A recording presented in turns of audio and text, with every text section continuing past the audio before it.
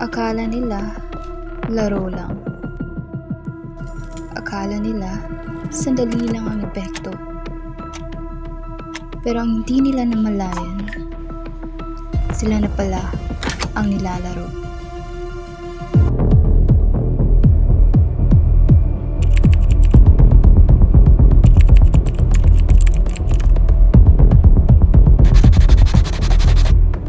Sa bawat hit, nakakalimot sila.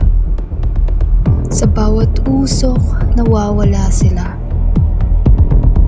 Pero ang hindi nila alam, unti-unti na rin silang nawawala.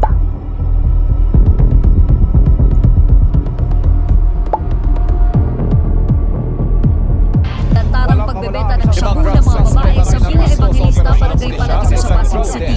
Sila ang sinasabing notorious sa lugar. Delivered daw ng droga.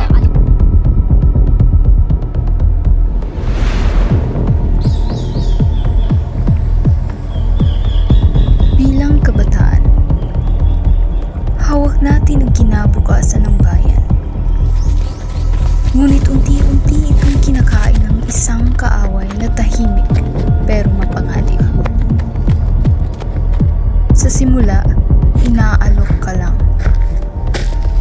Sasabihin nila, isang beses lang, masaya to. Walang mawawala. Pero ang totoo, lahat ay nawawala.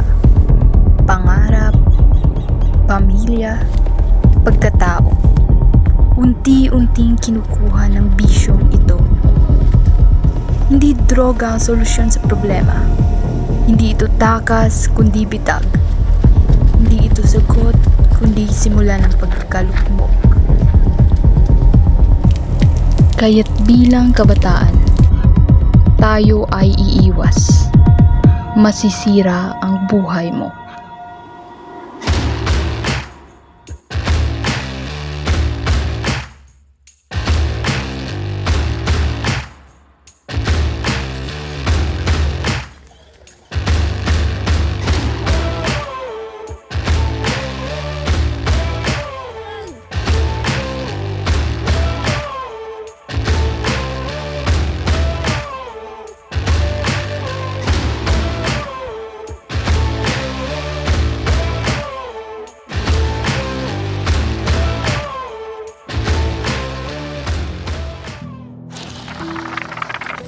Bilang kabataan, nananawagan ako. Huwag nating sayangin ang ating buhay sa bagay na walang may dudulot na maganda. Mas marami tayong pwedeng gawin. Sa sining, sa sports, sa pag-aaral, at sa pagtulong sa komunidad. Mas marami tayong maaaring abutin kung pipiliin nating lumayo sa bisyo.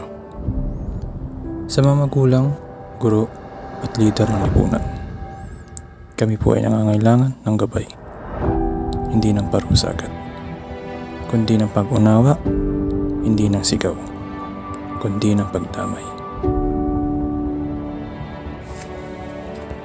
Say no to drugs. No to drugs. No to drugs. No to drugs. Huwag gagamit ng ipinagbabawal na gamot.